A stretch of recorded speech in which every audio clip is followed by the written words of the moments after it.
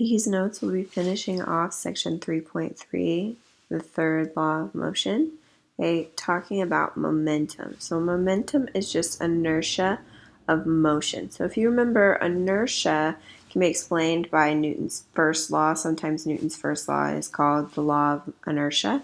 So inertia is just the resistance to change, okay? So an object is going to resist a change in its motion. So like the bigger the object is, the more mass an object has, the more inertia it has. So if you have like a small wiffle ball compared to a bowling ball, okay, it's easier for you to change the motion of the wiffle ball because it has less inertia compared to the bowling ball. Okay, it's measured in kilograms times meters per second, okay, because it's mass times velocity, which we see here. So P is the variable used to represent momentum. So P, momentum, equals mass times velocity.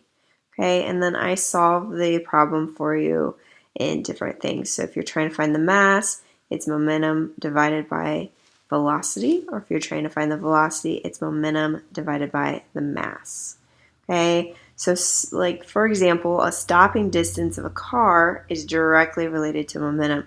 So the greater the momentum, the longer the distance needed to stop. Okay, so we can have greater momentum, like I said, if we have an object that has more mass. So if we're thinking about cars, you could have a small sports car compared to a semi-truck. Okay, it's going to take a semi-truck longer to stop because it has greater momentum if both vehicles are going the same speed. Okay, so momentum does not change unless either your velocity or mass changes. So the greater the velocity also, like with an example of the car, the longer it would take to stop because it has greater momentum. Okay, and so you can lose momentum by transferring. Okay, so it doesn't just go away. It's conserved and it's going to be transferred into different forms of energy.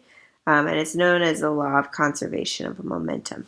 Okay, we're going to talk more about conservation of like energy and things like that in the next, I believe it's the next chapter. So moving on to the practice problems.